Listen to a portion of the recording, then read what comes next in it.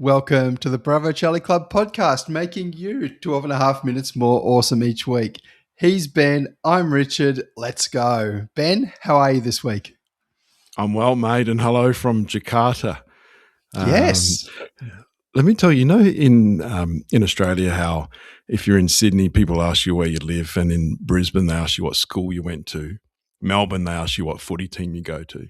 In Jakarta, it's like a national obligation to ask how was the traffic. So is the answer always bad? Yeah. Well, I arrived on the weekend, so it was okay.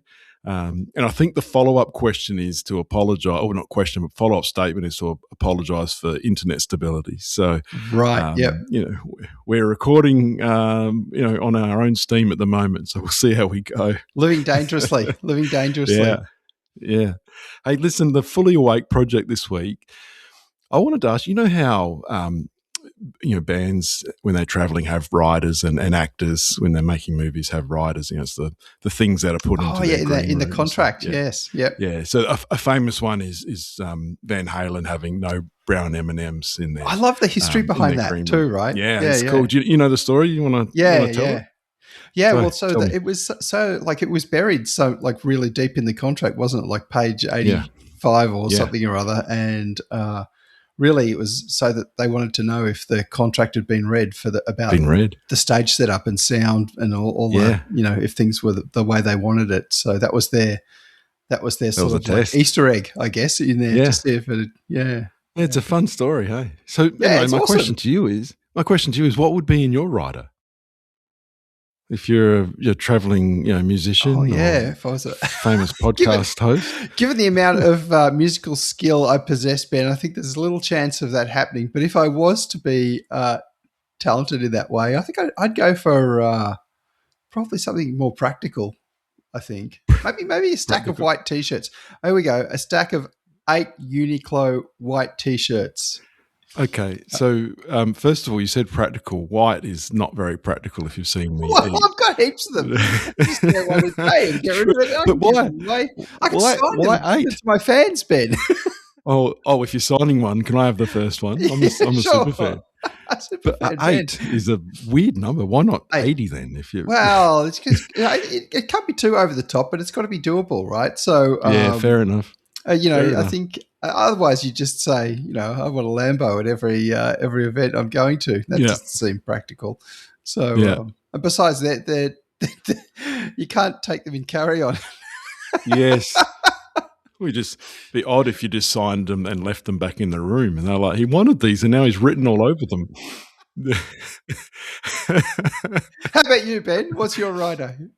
Oh, look, when I travel, I'm actually very fortunate. I'm in a level where you get access to the club lounge, and it's an included perk. I get nervous just asking him for sparkling water. Like it's not who I am. But I do like sparkling water. So but do you notice the variation in sparkling water between the cheap stuff that has the really big bubbles and the sort of like the fine stuff that has the really little bubbles? Is that the variation? I think so. Yeah, I don't. Really, it's the only thing that's in there, isn't it? It's the carbonation. Yeah, I love the bubbles. So yeah, bubbles. All bubbles, big bubbles, small bubbles. I just have a Soda Stream at home to save on plastic. That was an initiative from my wife.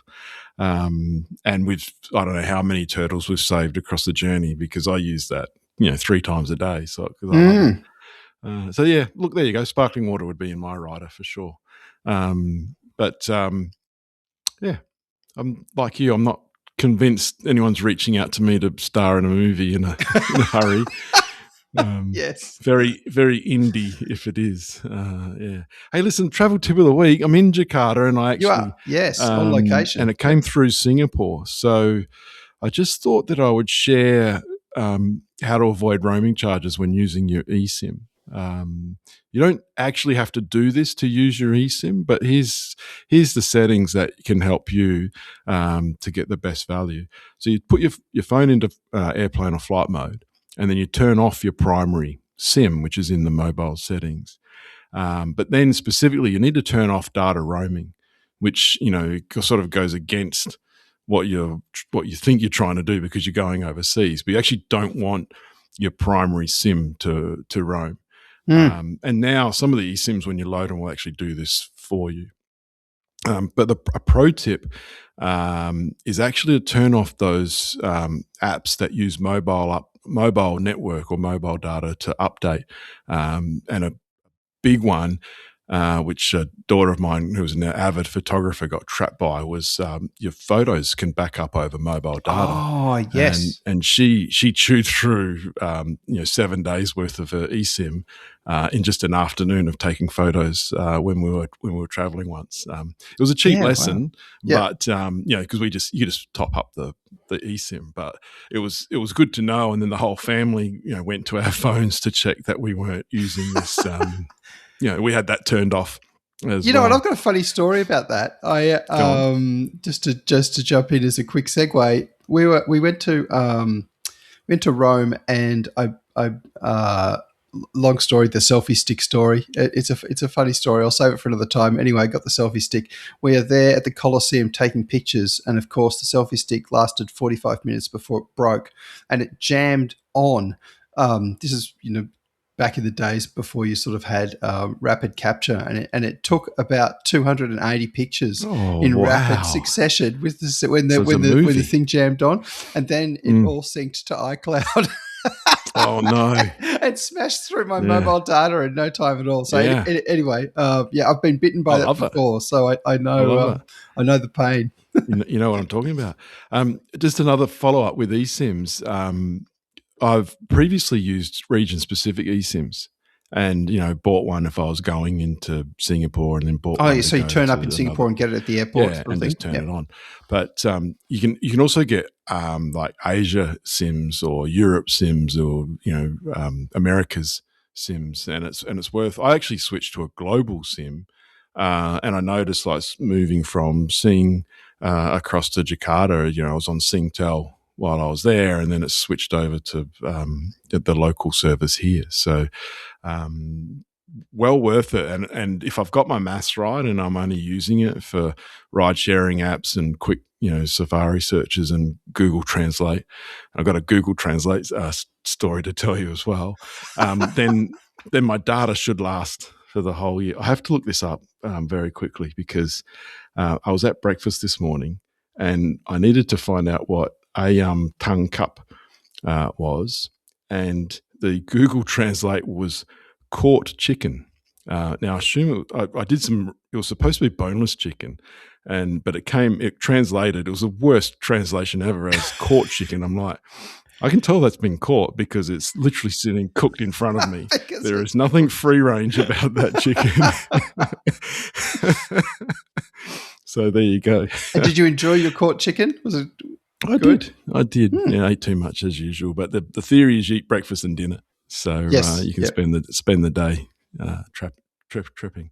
Hey, listen to feedback, mate. PD has feedback, and simply that there's no money in podcasts. Get a real job. Fantastic, PD. I had to tell that to Joe Rogan. Yes. Or Stephen Bartlett. Yeah. I think Joe and Stephen are both going okay. They're doing all right, yeah.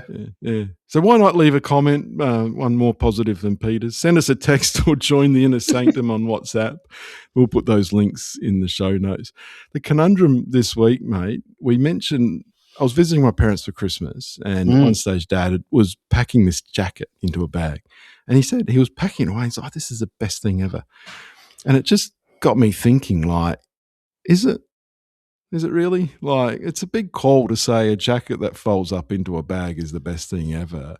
So that's one of those jackets that's actually got like the little bag thing built in, so it kind of folds up into a little pouch, and you just sort of zip it. Cool. So if he gets caught, and look, don't get me wrong, it's very handy.